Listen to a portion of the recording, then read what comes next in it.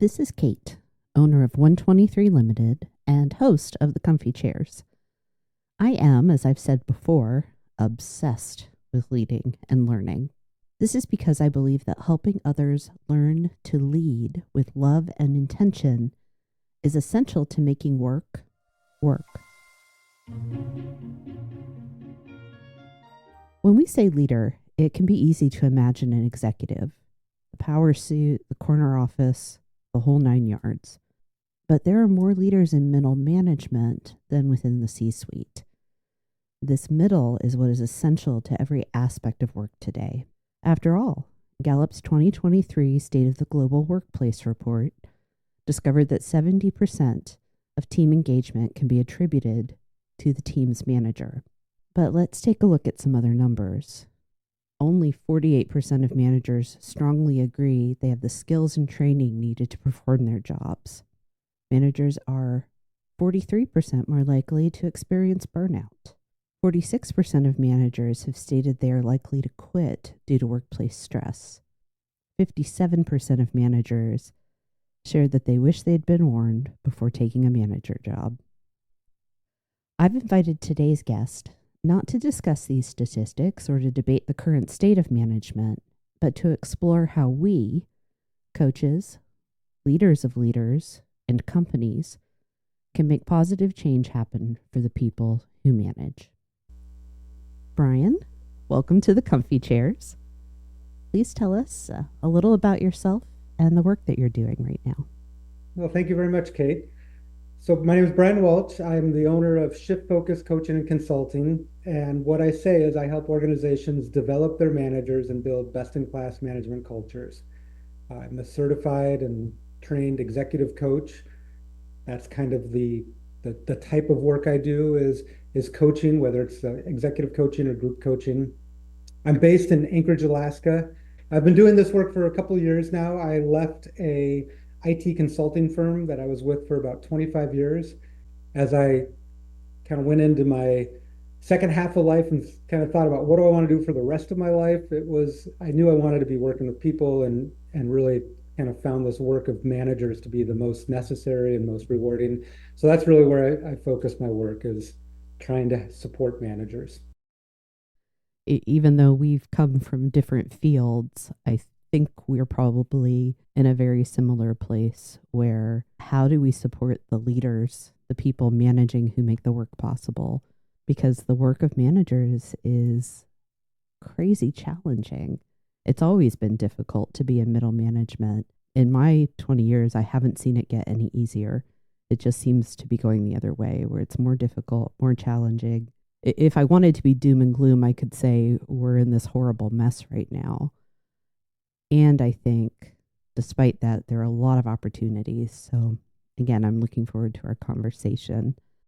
I see that one of the dynamics at play for managers right now is what I've shorthanded as responsibility tension, where those middle managers, they're kind of playing the part of the rope in a game of tug of war. We see it playing out in attitudes and statements, as well as the surveys and data. I have heard leaders say in my time things like, well, if my leader or if the executive team isn't doing it, they're questioning why should I do it? Then on the other side, managers who are trying very hard to please everyone on their team and feeling like they're failures because they can't make that happen. I'd really like to understand your opinions on what you think's gotten us here, kind of what are the causes, but then more important, how people like myself and you with HR or learning and development experience and in that profession, how can we work to relieve or change the tension that managers are experiencing? It's an interesting problem. And so the first way I always approach it, because it's the one thing that we can control, is what can I do, or what can the manager do? So this idea of personal responsibility or taking responsibility. And it's kind of a hard discussion to start with because you don't want to I mean, I don't in any way intend to blame the manager or to say it's your fault because they're already getting that, like you said, Hmm. from both levels. But if you don't start there, you're never going to get out of that tug of war. And so, start by taking responsibility. And if you can do that, you actually might start feeling like I'm not the rope, and maybe I don't want to play the game tug of war. I want to play chess or something. Yeah. Um, so, that's like that concept of taking responsibility can be expressed in a lot of different ways, whether it's the career, whether it's for your people, whether it's for, how you want to show up, all those things. But as soon as you do that, then you get out of that game of, well, they, us and them. Um, so that's like the core thing. I would say like that's pretty fundamental to like what I try to do and teach and help people is reclaiming that autonomy for themselves within their domain. I think one of the big causes, like when you get more to your question of like what's one of the causes, I do think ambiguity is like one of the biggest causes that managers go into a role, they don't really understand what is success. What is success for me? What is success for my team? What results am I responsible for? How do I prioritize those results? Is it retention? Is it efficiency? Is it growth? Is it output? Is it profit? Is it customer satisfaction? What is the priority for me as a manager? When should I be insecure and when should I feel good? Um, and so, it gets manifested, I think, a lot of times it's like we need more training and we need to get more training. And and Yeah. and that's not, that's not true or not wrong, but that's not the problem. I Hmm. think the lack of clarity is the problem. I I want to stand up and applaud, Brian. I want to give you an ovation. I have been saying for years that I think the foundational leadership skill, and this is 10 times even more true for leaders of leaders, is clarity. That it's, clarity of purpose, of communication, of expectations. And it all comes down to that: do people really understand what's expected of them? And you can't assume. We always assume, well, they're a manager. It would be insulting. They're a professional. They've got this experience. No, they have to be told.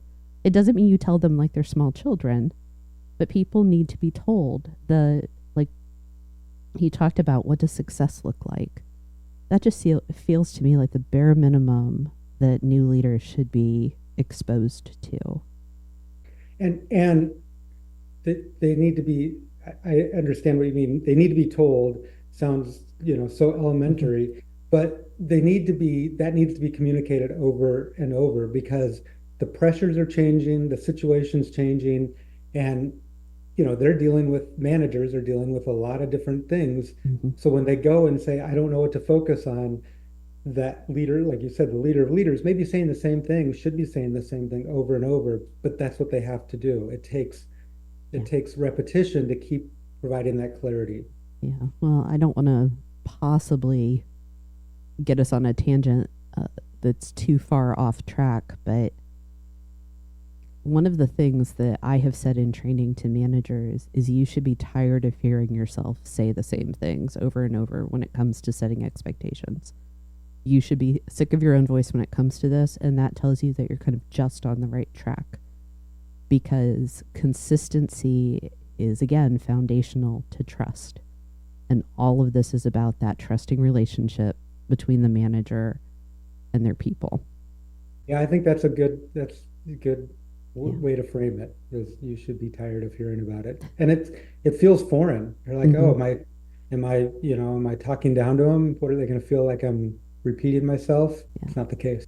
What type of relationship have you built? If they understand that you're being consistent, that you're giving the level of detail that you have said, this is what I need as the employee, then no, you're not talking down to them because you've negotiated that. And I think we have not taught leaders, managers, to ask their people what they want. And that is, I think, part of what results in this sense of I can't please everyone, I can't get it all done, I don't have any authority or power, because not only are they working in this murky space where they don't know what does it look like for me to succeed, they don't know what their people want from them either, because they don't know how to ask. You used the term just a moment ago, Brian, reclaiming authority. Love that. I'd like to have you expand on that a little bit. Not just kind of what you mean by it for the manager, but as an executive coach, a leadership coach, how you guide that process as well. So if you think about a person moving from an individual contributor role to a manager role, the very typical pattern is you've gone from an individual contributor where you've had a pretty structured, this is how you progress, from junior to senior to top level. Now you're moving into management and things have been well mapped out. And then you get into management and it's not well mapped out. But you're used to looking to other people. And a lot of people didn't do that early on, like when they were deciding what they wanted to do. And so there is a bit of a reclaiming of you are starting to have more authority or ability to influence your career where you want to go. And that takes a little bit of work and examination to say, I'm now leading myself. When you move into management, you've got more responsibility, which means you have more authority, especially for yourself. It is so easy for all of us to just start looking externally and to say, well, I don't know what they want. You just hear those things come up really easily, and we all do it. And so that's what I love about coaching, because then you work through that, and they change that to, what do I want to do? How do I want to approach this? What outcome am I looking for? And all of a sudden you just see it change, from frustration and helplessness to I can do something and I've got control and I've got power, and nothing else externally has changed. Yeah. We've been just talking in 1 hour, there's nothing outside has changed. They're approaching it with a much different attitude. That's what's beautiful about coaching, is you give people that space to articulate and say these things out loud, and then hear it and then think, how can I think about it differently? You said, I don't know what they want. The they that gets tossed around a lot in management. It's important for us to go after that, I think, not viciously, but to question, because you're giving your autonomy, your authority to someone else when you say they, whether that's HR or your boss or quote unquote corporate. It comes to this question of empowerment. And we know, anecdotally, and the research is showing us that, again, managers feel like they're lacking empowerment.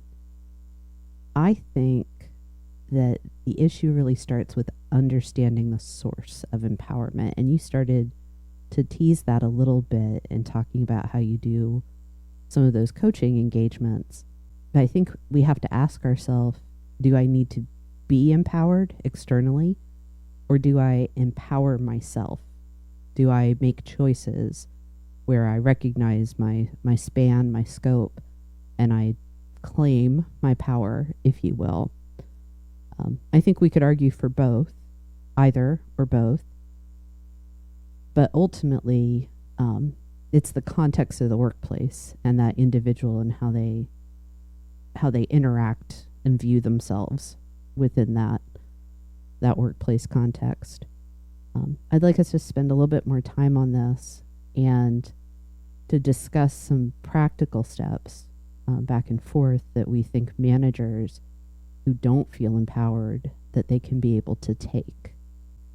Well, yes, I 100% agree with you. Empowerment it's a little paradoxical, right? Because as soon as I say, well, I'm going to empower you, that means I've given you this power, and now I also can take it away, which but that's disempowering, right? To have so if you just think about the circle of control, circle of influence, and you work through that with somebody, and so maybe ask them at the start, how empowered do you feel, and then just go through the situation thinking about what's in your control. What's not in your control? What do you have influence on? What do you want to be in your control? What can you do to move that from influence to control? What do you things that are you can't move to control that you have only have influence in? What how do you want to interact with them now that you know you can only influence them? And you go through all that and talk through that, and then give them the same question. How empowered do you feel? And I will feel more empowered. I'll feel more in control. Through that, they become empowered, but it's only if they look back and recognize that. I have this very clear memory. I was teaching a class of middle managers, a course on fostering growth. So we were talking about professional, personal development, kind of how that isn't just about you, it's also your people, and the inevitable question of like, well, we don't see other leaders doing this. We don't see our bosses or their bosses doing these things. And I stopped the class. Let's talk about whether you're doing things because you see other leaders doing it or because it's the right way to do the job. You have your job responsibilities, the job description, the roles that you play and fill that gives you your fence posts. That is your space of authority. Now, what are you doing with it? And as a manager, how are you also bringing your understanding of this is the right way to lead, to manage my people, totally independent from what you see happening around you. And I don't fault particularly younger managers for that because being different can be scary. And it is vital, I think, for managers to recognize that they have their mandate, they have their authority from the job itself, and then also a compass of what they know to be right and how people want and need to be treated in the workplace. And if you're going to choose a leadership role, because it is a choice, right? Then you've made the choice to do those hard things. Obviously, they need support, they need resources. It's much more complex when you're on the line with your people. I have a bit of a soapbox I get on about the I don't see other people doing it. And I like the locus of control, the spheres of control and influence as a way to reframe that mindset. Because even if I can't control the environment, I can control myself in the way I respond to it.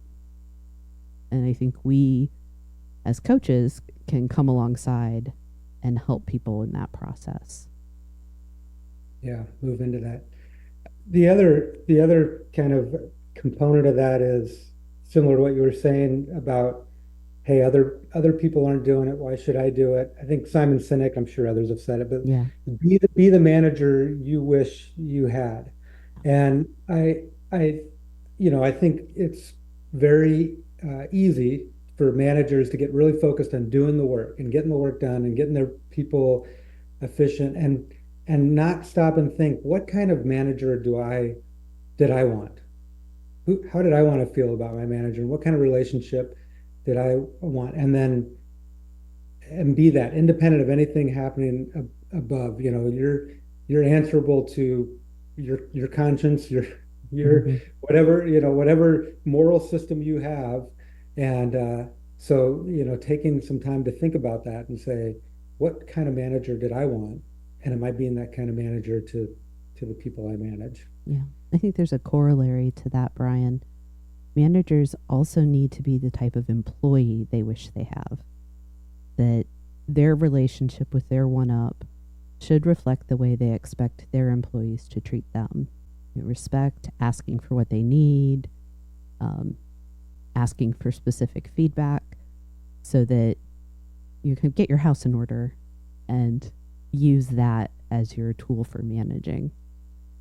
That makes sense. Yeah. Well, it does. And to your point about the they Mm-hmm. statement, that's one of the things a manager can do is think about their boss, think about them going home at night, think about their personal life. Just make sure you don't, what do you call it, depersonify Yeah. them. But think of them as a person. They have the same insecurities about their leadership and about their, how they're doing things. And so, yeah, exactly. Yeah. Be the kind of employee you want your employees to be, and things will Yeah. be better. It's kind of it's turtles all the way down or all the way up, right? And Yeah. for the middle, they've got to do both. I've got to be the employee I want. I also need to be the manager I want. Um, and it's part of the reason it's such a stressful role to hold.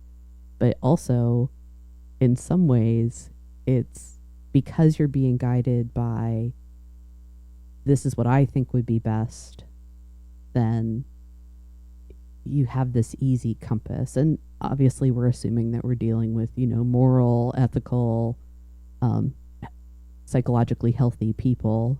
Yeah, Neither right. of us is naive to think that there aren't people in leadership or manager roles who are wildly flawed and who mean bad intent for people. But today we're talking about the good eggs who may be struggling. People that want to do better. Yeah. Yep. Yeah. And who want better for their people and for their bosses and for their companies. And in my experience, I don't know about you, but 99.999% of managers that I've worked with are just that. They're people who want to do better, but they don't always know how. And that's, I think, really the work that we have to focus on right now is here's how. Yeah. Speaking of the how, you've designed and written some approaches for self development. I'd like to give you a chance to kind of give you the stage to walk us through your spiral development matrix, focusing on those 3 P's of progression that you outlined. And this is one of the articles that you shared with me, and I'll be posting that so other folks can read it. And one of the things that I loved about the models and the direction that you gave in those articles is that it's not a self-contained process. There is also kind of a call to action that you hand that off to your employees once you've done it. So, like I said, I want to give you the stage to walk us through that and Cool. teach me. I appreciate that, and I'm very enthusiastic about it. So if I get a little carried away or you need to clarify something, feel free to interject.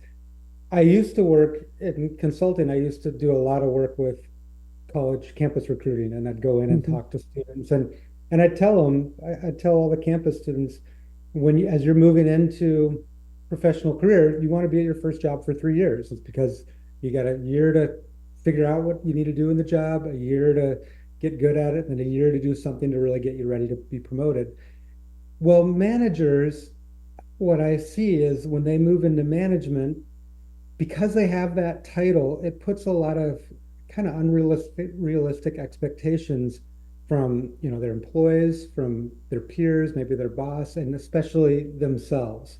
So the 3 P's is really meant to give, like, the most important thing I think is it gives some language as to what's reasonable expectations as you progress in that role, not not career progression, but just within a role. So the 3 P's, or the first P is the practice stage, which is where you are just understanding, what do I need to do this job?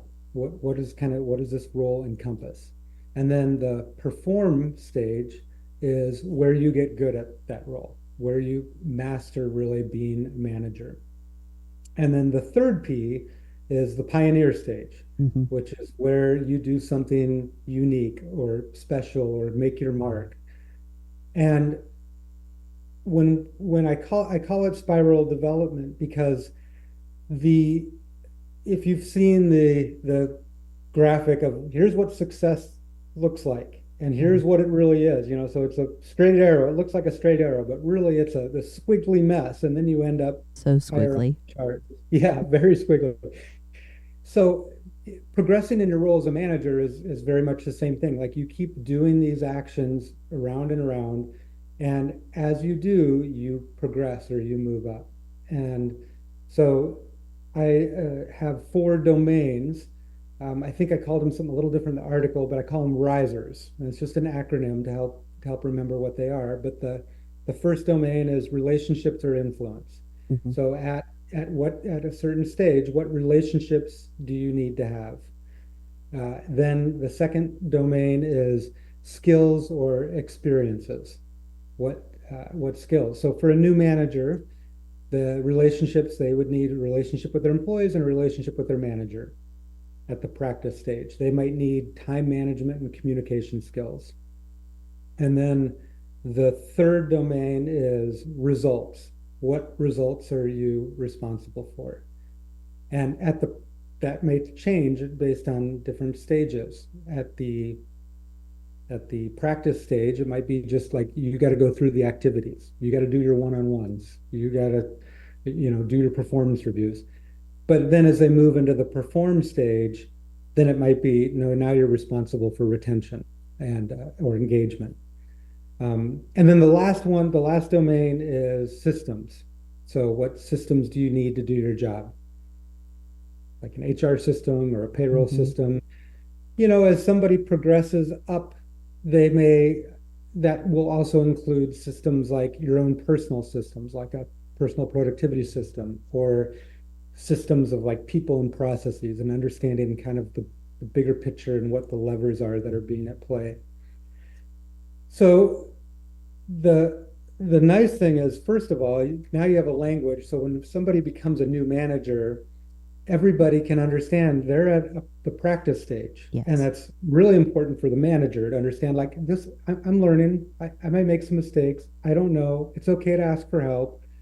The boss knows like they're going to need some extra support. The employees know they don't they don't know it all just because they have a manager title. They're learning. They're trying to be a good manager. We're going to help support them. So hopefully everybody's a little more gracious, a little more supportive.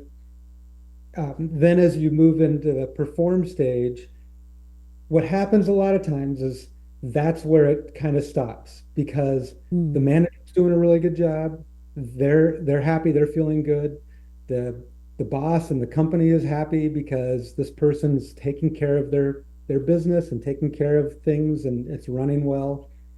And so everybody kind of says, no harm, no foul, it's good until the manager starts getting a little bit bored and it's like, oh, maybe I do want to do something different. And then they start looking at a job ad, and then they, interview or they talk to a friend, and pretty soon they've got a job offer, and they're gone, and they've left this big hole because they were a Hmm. very competent manager, and you've lost all this potential for them to do something special. Yeah. So having that language and that understanding, there's another stage you can really, now that you've proven yourself, you can really take this out and do something with it if you want, and we want to support that. Not only do I love a good alliterative framework, repeat all the P's, um, I also I think you have made this logical path for people that one acknowledges the fact that you can't be expert when you first start. Nursing has what they refer to as the novice to expert model, that everybody starts at novice when they first begin a job. I love that you've got perform as sort of the linchpin, if you will, that getting to the point of performance is the goal. And then if your ambition, your circumstances, your engagement, all the things that can drive people to want advancement and not even necessarily promotion, but even expansion of roles or special assignments, as you said, you've given us pioneer as well. And it makes me think of trailblazing, that there's a path for people to follow. And what could be the final point of it is blazing a new trail. My guess is, though, because spiral, if I pioneer, I'm probably going to end up back at practice. Well, I think that's a great conversation for the boss and the manager to have, because some people really don't want to go back. They don't want to go back to being freshmen. Mm-hmm. They don't like that process. You know, I came from consulting, and we definitely had people that didn't like a lot of change, and consulting was a little bit challenging. Like they Yeah. didn't love the, you know, everything's different every time you go into a new client. And I would see managers like that too, where, you know, they're pretty happy being highly competent, but you still want to give them the opportunity to make their mark, and to show them like there's opportunities, not necessarily, again, it doesn't have to be an up or out. If they are looking to get promoted, then that pioneer stage should be something to help propel them. But it also might be they become the person that's really helping to continue to drive the organization Mm-hmm. forward, and they're the, you know, they're just like the rock solid person. But it's an open conversation. Yeah. Making that clear connection to the talent management and the succession planning piece, super smart. Because not only is this progression what people crave at work, it's also the progression that businesses need. It makes a business case for how you're developing your people. I'd like to hear a little bit more about the risers as well. Um, probably the question I have about it is, what are ways that you can go about identifying what risers you need? Yeah. So in most cases, the manager's going to be, this is a tool that the manager adopts and says, okay, like you said, it's personal development. I'm going to start doing this for myself. And they would go in and kind of fill out, here's what I think I need. So, you know, the attributes for each of those domains in the practice stage. And maybe the perform stage, I'd start fleshing that out a little bit. What's great then is they can take that provides some context for a really good discussion with your boss, or really ongoing discussions. Here's where I think I am. Here's what the things I think I need to do to progress to this stage. What do you think? And I describe the matrix. So if hopefully if I've done an okay job, you have like this visual of the three P's on the left, Mm-hmm. you know, the domains, and this matrix. I describe that as like the map for this role. And then the manager gets to make their development plan. They get to say, this is what I'm working on. I want to work on my relationship with my employees, and that's what I'm really focused on. Or I'm gonna, you know, whatever it is for each of those domains, or each of those risers. And I kind of say, you know, just pick one. Just pick Yes. one goal, work on that, and then when you get that done, then work on another. And that's the idea of spiral. You know, you just keep Mm-hmm. spiraling through those.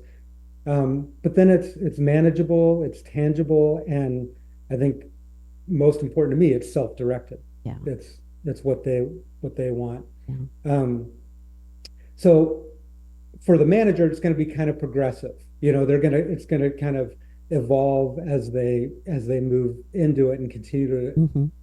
flesh it out.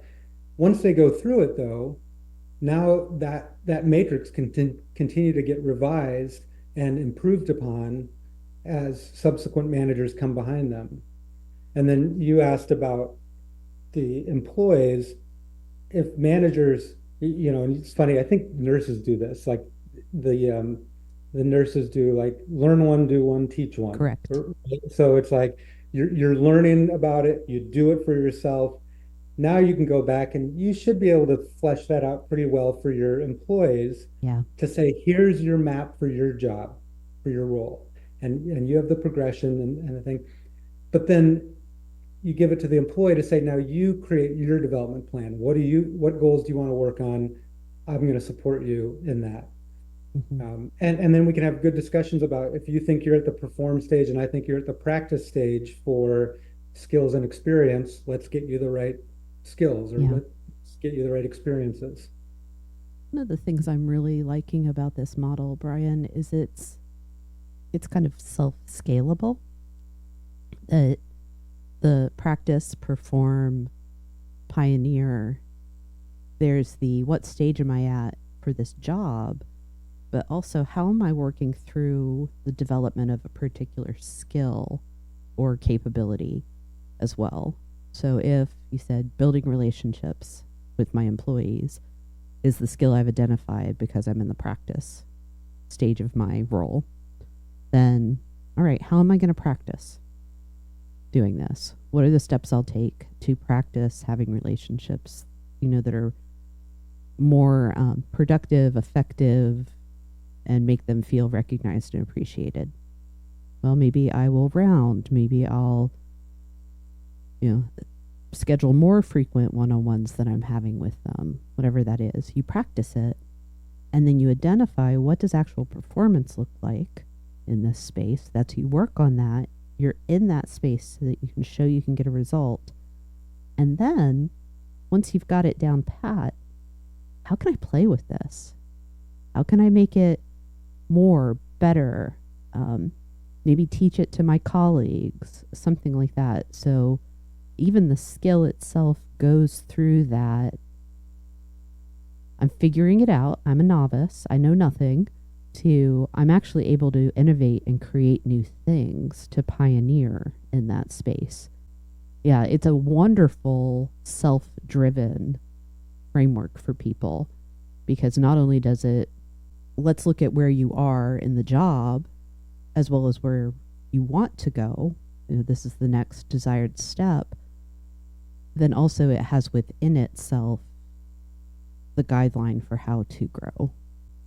Yeah, well, thank you for validating it. Just as we were talking, kind of reflecting back on our earlier conversation, it also provides that ability to look backwards and gain some of that, that empowering reflection to say like, oh yeah, look at where I started. I was doing the basics of, Yes. of this, and now I've got this highly engaged team that can communicate well. I've done a lot in this role and Yeah. really feel good and feel like they've got competency. The more I encounter it, Brian, from that first introduction you gave to me, I'm liking it more and more to the point where I'm kind of jealous. Yeah. Now Well, good. what about the folks that are like, well, I've practiced, now I should pioneer? How do we help them not skip straight over into the I'm now ready. I practiced it. I can do it all. I can go to the next thing. Because I think having performance as the center point is vital to it. Yeah, I think that some people will want to jump that. I think more common people are going to be at the perform stage.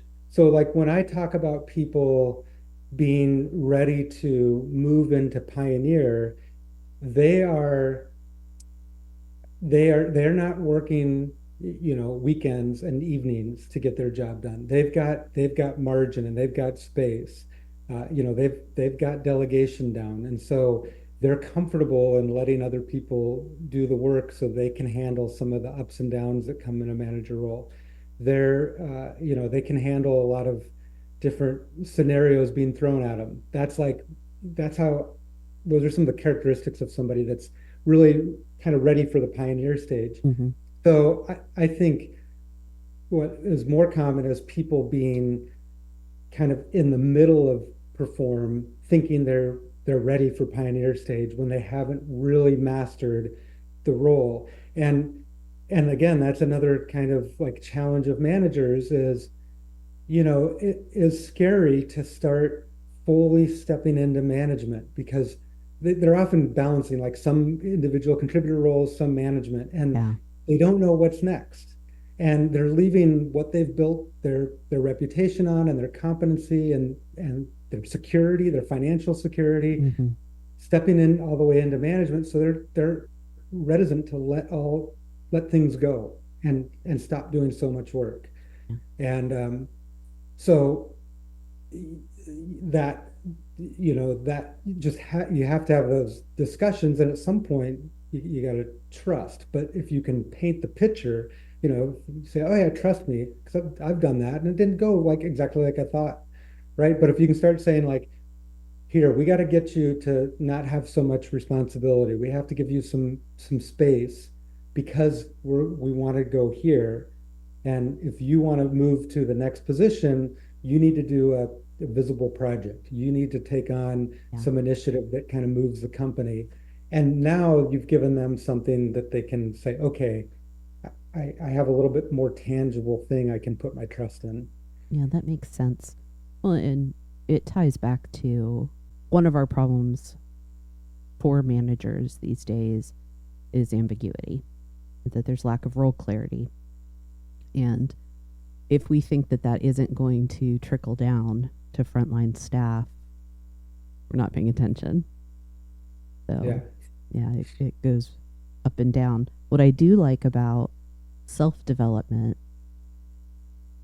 if you're doing it in a fashion where you're confirming with your one up, it brings more clarity to your role as well. If for some reason you don't have that coming naturally and kind of quote unquote properly from your leader, what a manager can do is pose the question, if you will, by taking a development plan and asking, does this line up with what you think of my role, what you think of my current performance, and of my strengths and development needs?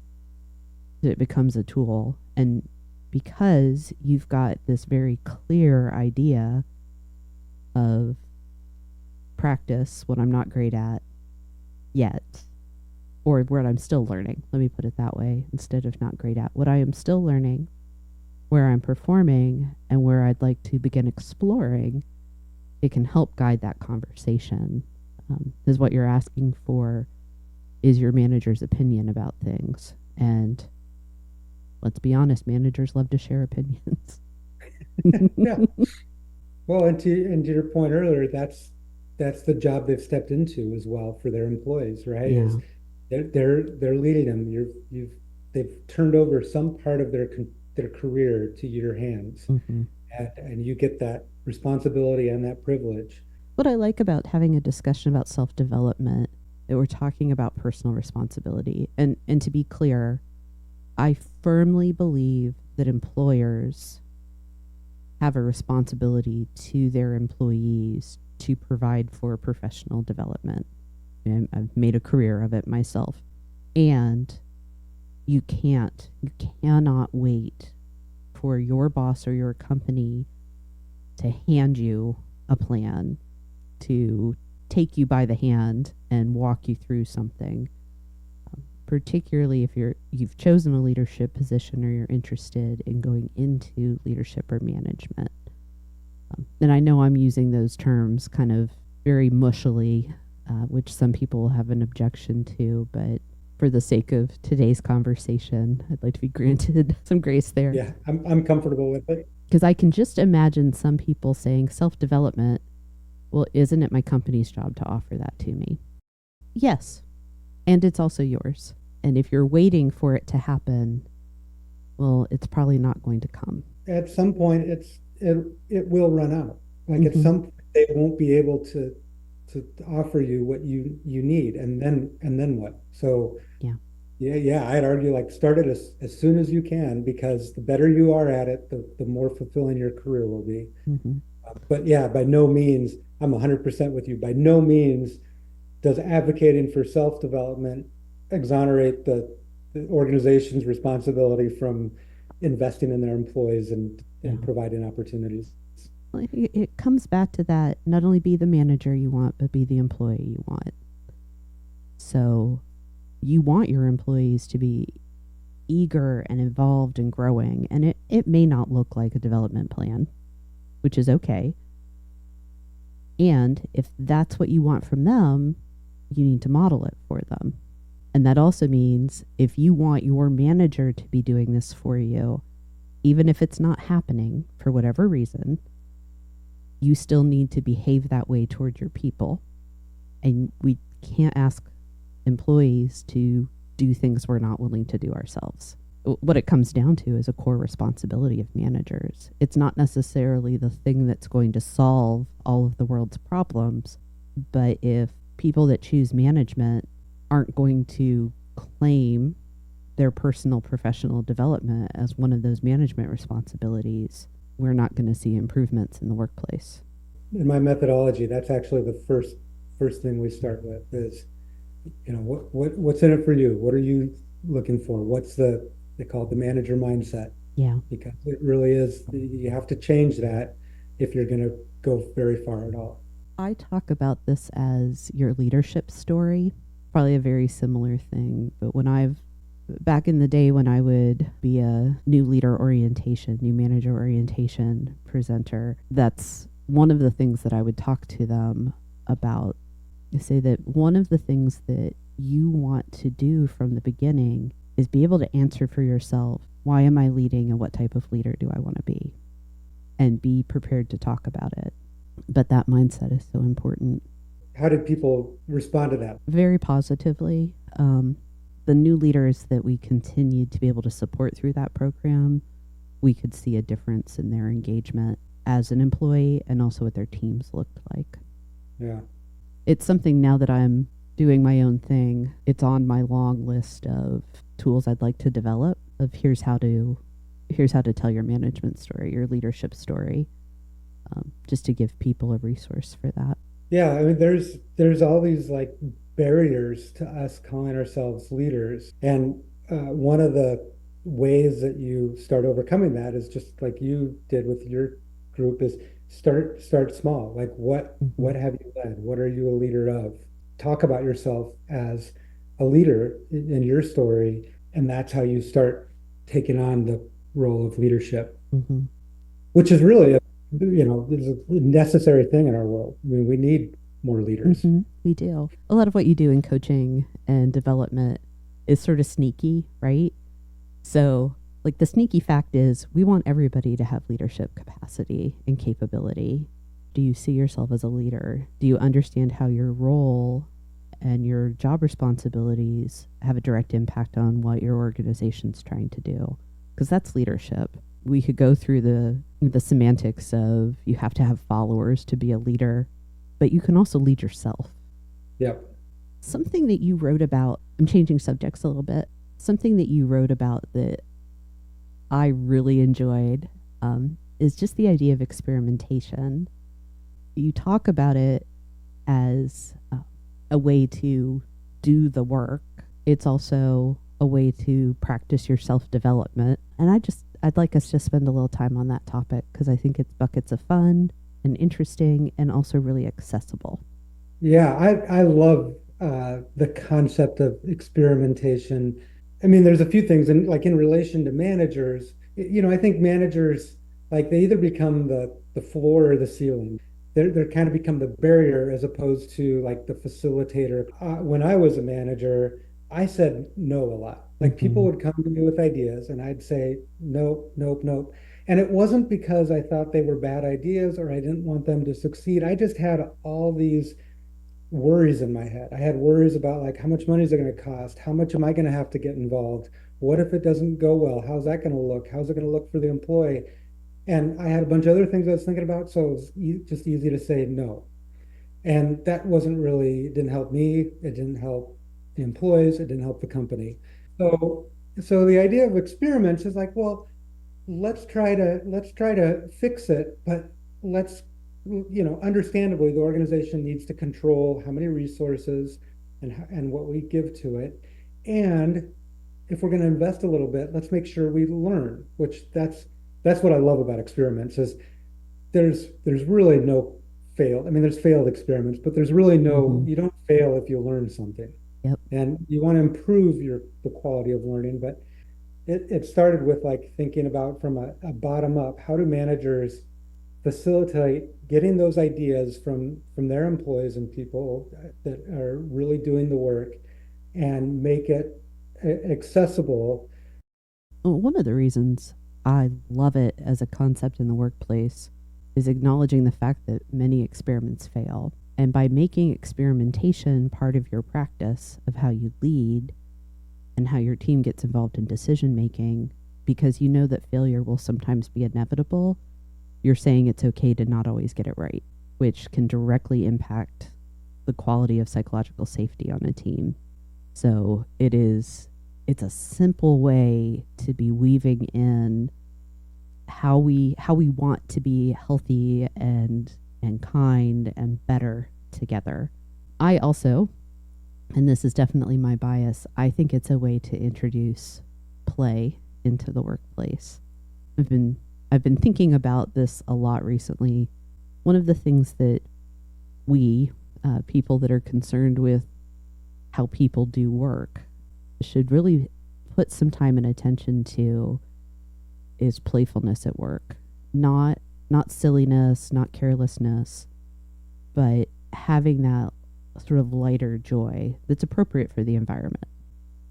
But experiments allow for imagination, and imagination is fundamental to play. I like that because when I think about experiments, I wouldn't have said play.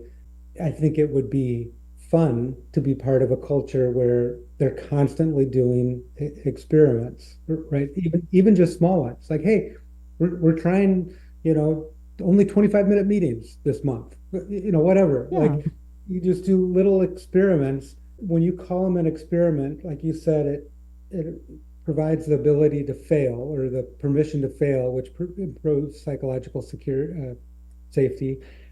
It also like reduces everybody's resistance, Yes. no matter where their bias is. But if we're just going to do an experiment, then it's like, okay, fine, I'll see how it goes, Yeah. right? And we're not arguing about is it the right or wrong thing to do.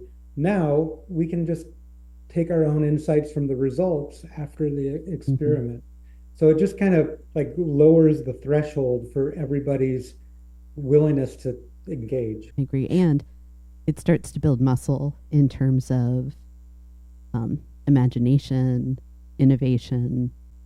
There are just so many benefits to it. It's one of the ways that managers can kind of claim some autonomy and power for themselves is to identify this is where I have the playground or the lab to run this experiment. I can't imagine that we wouldn't also see improvement in critical thinking and problem solving and all the things that we need now, but we're going to need even more in the years to come. Right. What a framework does is it provides a little bit of structure and a little bit of rigor. Yeah, why don't you run us through that framework really quickly? I know it'll end up being pretty high level, but if nothing else, it's just fun. So the framework is called the Starshot framework. And the really quick, it's scope. What a high level, what are you going to do? We want to improve meetings. Timeline. How long are you going to run the experiment for? What's your ambition with it? So what's important about it to you? Like, Hmm. and how is it going to help others? Like, what's the grander ambition? What are the requirements? So what do you need to run the experiment? Who's on the team? What are the resources that are going to be needed? Then setup. So that's STAR, setup. What are you going to have to do? Who are the stakeholders? And then hypothesis. So Hmm. what are you really testing and how are you going to test it? Are you going to do A/B tests or prototypes Yeah. or uh, whatever? And what are the parameters and constraints? And then O is the operation. Do the experiment, collect the data, make sure you have checkpoints along the way. Sometimes these experiments, you do them, and if they work, sometimes they just kind of slide into the common operating, right? As opposed Yeah. to like a really concrete, like, hey, we did this and let's capture this, and now what do we want to codify? So that's part of that operation. And then most important point probably is takeaways. Yeah. What are you going to take away from this? What do you learn? Were the results what you expected? Who was impacted? Who needs to know about the results? That provides you the rigor to say, all right, we can run this experiment. And um, in Yeah. my ideal culture, anybody could put one of those together and work with their manager. If I had had this when I was a manager, it would have changed how I interact with people and people interacted with me when they brought ideas. There are some types of work that naturally lend themselves to thinking about how are we tinkering with this, toying with it, but that's not always the case for every type of team or job. So being able to say, here's a clear way to do it that isn't overcomplicated, that's pretty straightforward and also pretty intuitive at the end of the day, we can't go wrong. And if I tie it back to thinking about things that managers need, having simple tools like that and having the different ways to get results is really important. Yeah, if you think about the rate of change and Mm-hmm. yeah, it gives them some control back. I think just kind of piggybacking on that, we didn't talk much about it, but you asked earlier what HR could do to support managers and how to do that. And I see a lot of times HR looks at or organizational development looks at solutions to for the whole company. Uh-huh. And as I've gotten into coaching more and thought about this and just what I advocate for, I would to advocate more for investing more in the humans than the technology. So as an example, if you compare two options, one option is I bring in communication training for my 500 employees. That sounds good. But if I go and spend that same amount of money, but train my 5 top managers and give them the coaching to become awesome communicators and be able to articulate why they're good communicators, they can model that, they can coach others on it. It's a little counterintuitive when you compare those two options, but you still like I think investing in people is always going to be the bigger payoff in the long run. Yeah, you have you've pushed one of my buttons here. The problems we have in training and development. One of the reasons we get these blanket fix my people issues is we don't do a good job of actually measuring the impact of training and development. So you get these scattershot approaches that don't serve us. Oh, it seems like I have this better ROI because 500 people instead of 70. Yeah. Well, no, you've actually thrown more money down the drain because you can't connect that to specific needs and performance gaps because there's pressure to do what's asked of you within those training and development departments because so many of them are working on a shoestring budget with the fear of cuts always looming over them. So they're going to be order takers instead of strategic partners. So that's one soapbox. The other is that we need to be moving actively and constantly toward as much individualized learning as we can at the point of work. Let us develop you to be a great learner who has significantly solid, strong, and effective critical thinking skills. That if that's how we bring people into the workforce, when they encounter problems, the workforce can then bubble up. We need discrete skill training that can be targeted and addressed as needed. I'd like us to think about what are the big ideas, the key takeaways that we each have. I've got a couple of big keywords that are looming large for me. I'd love to hear yours, Brian. I think the first one was really the discussion on empowerment. I think that word, I mean, I use that word in my tagline, and I really appreciated how much we circled around it and kind of looked at it from all these different facets, how important it is, but how tricky it is, and what it really means. So that's the big idea. I think what I take away from that is it's really important not to be careless with that word because, like I said, and really drove home with this conversation is when you empower somebody, that means you can take it back, and that's disempowering. So there's this paradox, and we need to be clear about what we're really after, and that's something I'm going to go away and think more about. It's funny. I'm going to reference my tagline too. Leading is hard work. Let's make it easy. I think the way that we make it easy is by boiling down to the essentials of leadership. And the big word for me, we kind of kept coming back to was responsibility. You have a responsibility to others, but as a leader, you also have a responsibility to yourself. And if I can think about how am I responsible and loving to myself, others, and the work, a lot of what makes leading difficult starts to fall away because it's extra, it's noise that we've tacked on. My takeaway is to think about how can responsibility become a lens and a bridge toward management being as easy as possible. I like that. So, Brian, I'd love to talk about what you've got going on right now. If you have any publications, training, anything else on the horizon, please tell us more about that. Well, I do a column in our local business magazine. It's called Alaska Business. So I think you said you were going to link up a couple of those previous Yes. articles. I have one coming out in May about delegation. And then I'm also in the process of putting together a webinar that I'm going to make free to people just to help them kind of take that next step in terms of a lot of what we've talked about. Management mindset, getting that mindset of leading yourself, and then applying the spiral development matrix. So those are in the works. I look forward to seeing how that goes, Brian. Thank you so much for this conversation. I've enjoyed it a lot. Thank you so much. Well, thank you. I was very excited for this, and it did not disappoint in any way. So I'm really excited about the conversation we had. I will do my happy dance when we're done. It's great to hear. Thank you.